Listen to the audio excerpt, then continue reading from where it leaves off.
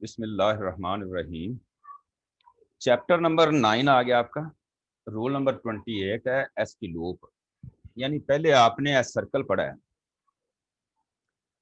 अभी आप जो है वो एस की लूप पढ़ने जा रहे हैं। तो एस की लूप क्या होती है? जो सर्कल होता है वो गोल होता है, लूप जो होती है वो बैजवी शक्ल की होती है। जैसा कि आप देख रहे हैं कि इन अल्फाज के साथ जो ये लूप इस्तेमाल की गई है, ये वाली, इनको बोलते हैं एस की लूप।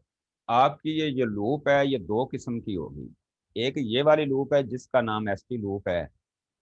ये छोटी लूप होती है, लिखा हुआ ऊपर a small loop written in the same direction as the S circle represents S T called S T. यानी लिखा है कि एक छोटी लूप जो एस सर्कल की डायरेक्शन में ही लिखी जाती है।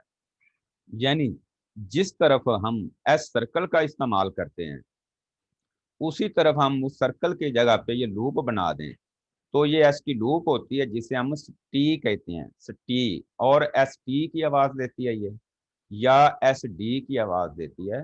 तो ये दो किस्म की ये आवाज आती है इसके अंदर, या एस टी की आवाज देगी या एस डी की आवाज देगी।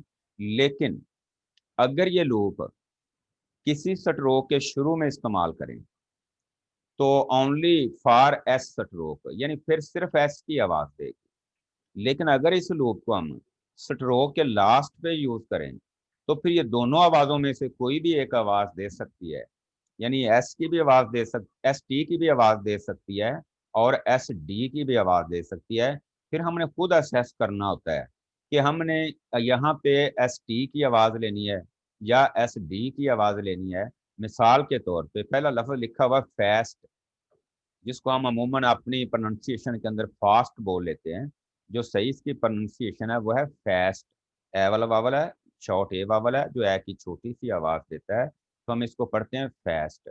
अब देखें, अगर हम तो एस टी की आवाज लेते हैं एफ के बाद, एफ ए बन गया फै। एस टी की आवाज लें तो फास्ट। फास्ट तो हमारा लफ्ज है इंग्लिश के अंदर, लेकिन अगर हम एस डी की आवाज लें यहाँ पे तो बनेगा फास्ट। फास्ट कोई भी इंग्लिश के अंदर वर्ड नहीं है। तो हमें खुद ही अंदाजा हो जाता है कि यहाँ पे हमने एस टी की आवाज लेनी है या कि एस डी की आवाज लेनी है। तो इस तरह में खुद ही अंदाजा हो जाएगा कि हमने कौन सी आवाज यहाँ सूट करती है, किसकी आवाज लेनी है। तो ये बन गया फास्ट। दूसरा लफ्ज लिखा हुआ है मिस्ड। मिस्ड के अंदर देखें एम ऑन द लाइन डाला हुआ है, वावल आपका शॉर्ट आई थर्ड प्लेस का है और थर्ड प्लेस का है, तो हमने एम को लिखा ऑन द लाइन, जैसा कि आपने पीछे पढ़ लिया हुआ है। आपकी जो हॉरिजॉन्टल स्ट्रोक्स हैं इनके साथ अगर वावल थर्ड प्लेस भी आए तो फिर भी इनको ऑन द लाइन ही लिखा जाता है। Through the line in strokes को नहीं किया जाता, ना ये थ्रू द लाइन होती हैं। एम भी थ्रू द लाइन करेंगे तो ऑन द लाइन ही रहेगा ये। के को हम कितनी टोटल हॉरिजॉन्टल स्ट्रोक्स हैं ये बताएंगे खदीजा आप मुझे? खदीजा माइक काउंट करके बताएं बेटा, कितनी टोटल हॉरिजॉन्टल स्ट्रोक्स हैं?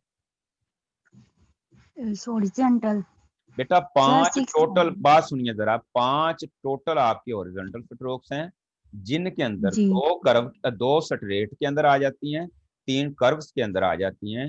जो स्ट्रेट के अंदर आती हैं वो दो के और गे हैं, और जो कर्व्स के अंदर जी। आती हैं वो एम, एन और इंग। ये पांच टोटल स्ट्रोक्स आपकी हॉरिजॉन्टल हैं। अगर आपसे कोई क्वेश्चन करता है कि बेटा टोटल कितनी हॉरिजॉन्टल स्ट्रोक्स हैं, तो आप उसको जवाब देंगे कि सर पांच होती हैं, जिनके अंदर दो स्ट्रेट हैं, तीन कर्व्स हैं। बात समझ में आ गई है ना आपको? तो जी ये सर। पांच स्ट्रोक्स जब भी आए, इनके साथ वावल सेकंड प्लेस के भी आए तो ऑन द लाइन लिखी जाती हैं।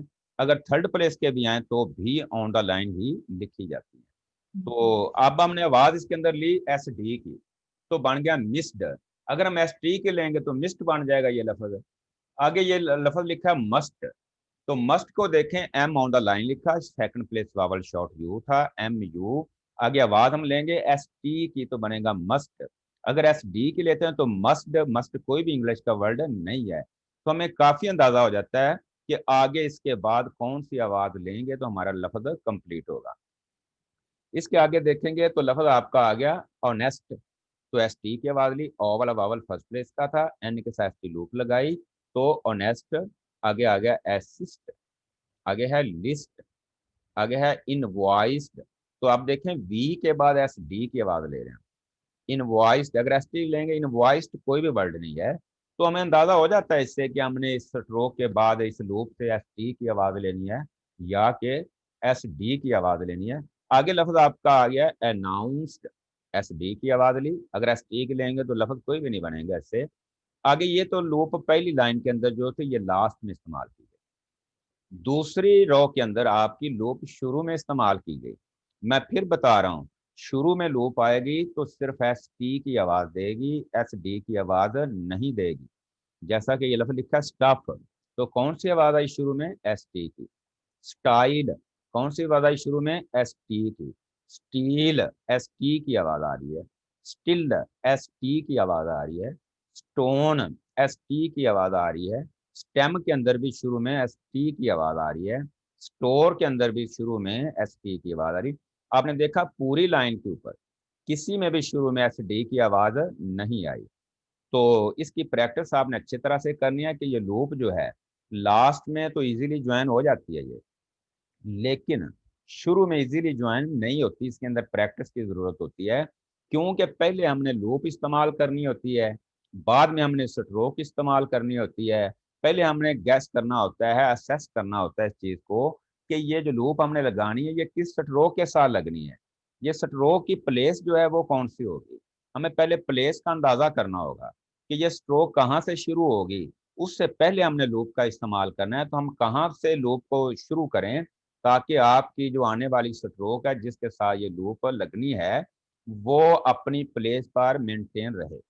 तो अगर हम लूप ज्यादा ऊपर से शुरू कर देंगे तो फिर ये एफ की जो स्ट्रोक है ये आपकी above द लाइन रह जाएगी, हमने बनानी है ऑन द लाइन।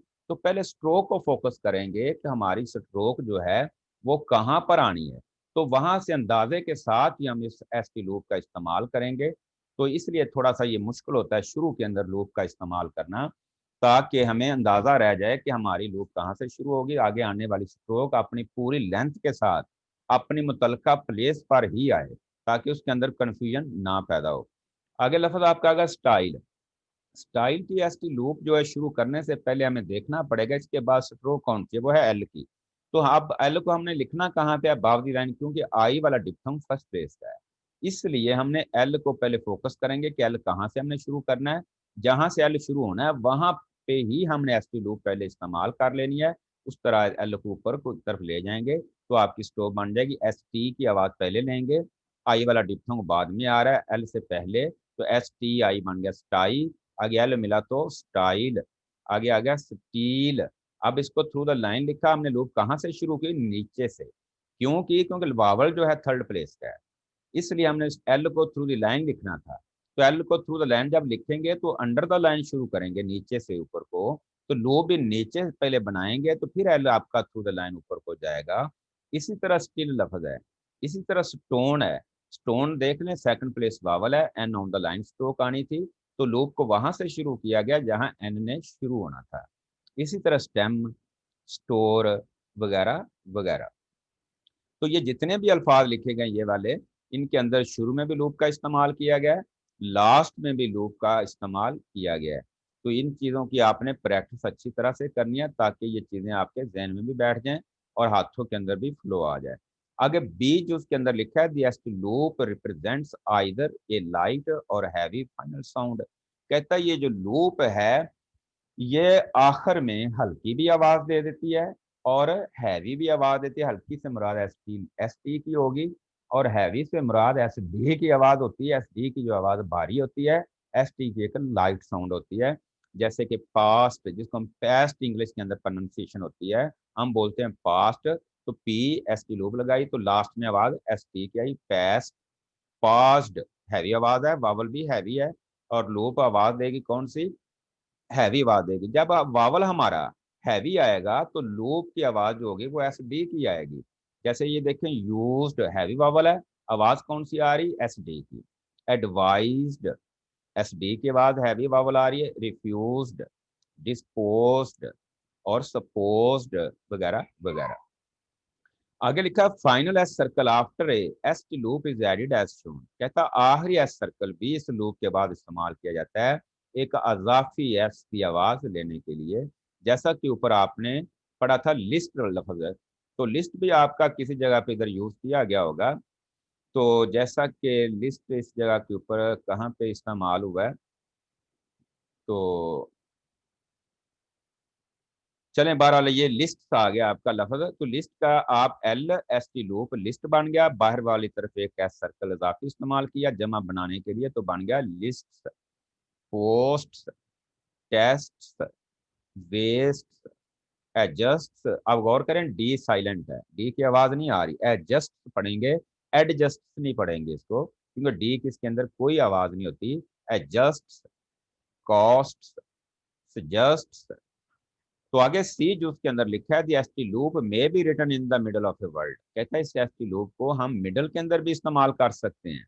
यानी अगर इसके बाद आने वाली स्ट्रोक, इस लूप के बाद आने वाली स्ट्रोक इजीली इस लूप के साथ ज्वाइन हो जाए, तो फिर हम इसको मिडल के अंदर भी लूप को इस्तेमाल कर सकते हैं। जैसे लफ्ज आ गया, ये पढ़ा था आपने टेस्ट ऊपर, टेस्ट। अब ये आ गया टेस्ट के बाद इंग इजीली ज्वाइन हो गया, तो हमने बना मिडल के अंदर यूज कर दिया, बन गया testing, adjusting, suggesting, artistic.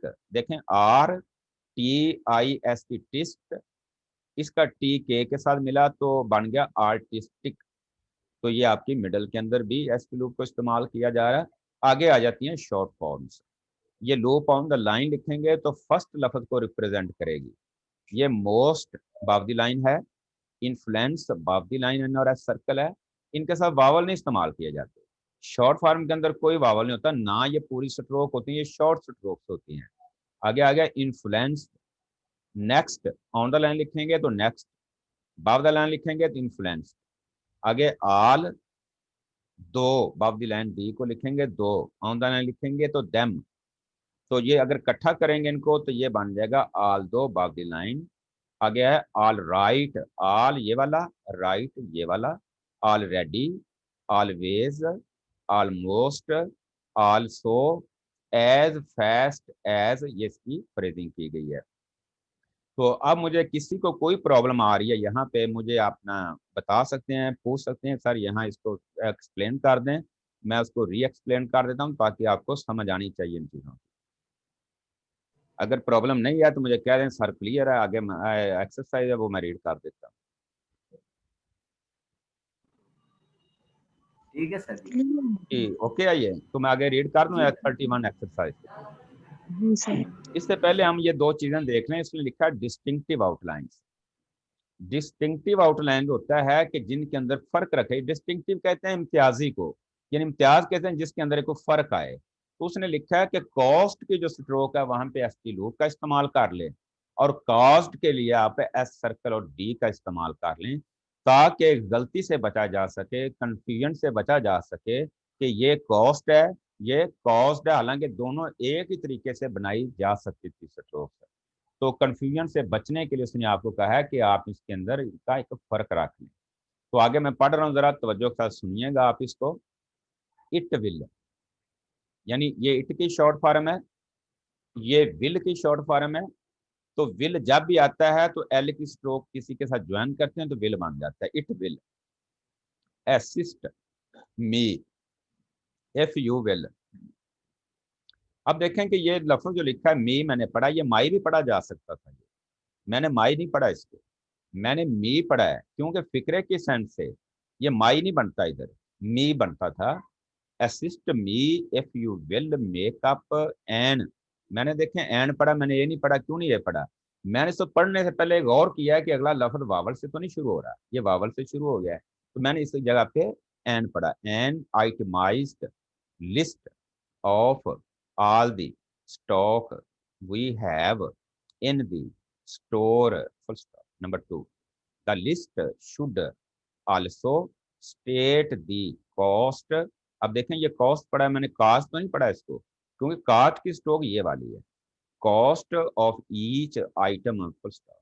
although our costs are high, comma, we have always refused to lessen the value to of our service, full stop. Honest value assists our firm to keep its customers comma, मैंने it is नहीं पढ़ा, इसको क्या पढ़ा है, it's customers comma and also to secure new buyers full stop. Number 5, our silk may be subjected to any test you may wish to make a full stop. We think your first step should be to stop waste as fast as you can. Full stop. We suggest adjusting your charges as the next step. Full stop. Our sales this year already exceed all of our sales for last year. Full stop. Although you invoiced the steel posts to us to his last month, comma, अब देखें मैंने to us पढ़ा पहले, लेकिन अगले लफ्ज पे गौर किया तो पता चला कि नहीं, ये टू हिज लास्ट मंथ है। पोस्ट टू अस ही है, to us last month comma we are still having to make do what with the stones posts full stop. Your failure to get them to us on time has caused a big upset in the schedule, comma, and has cost a large sum of money, full stop. We shall do our best to influence him to cancel the debt, full stop. Number 11, in the past we have used this style of pencil, comma, and we know it will be all right for your purpose, full stop. Number 12, almost all types of stencils have a mark to show when you reach the bottom of the page, full stop.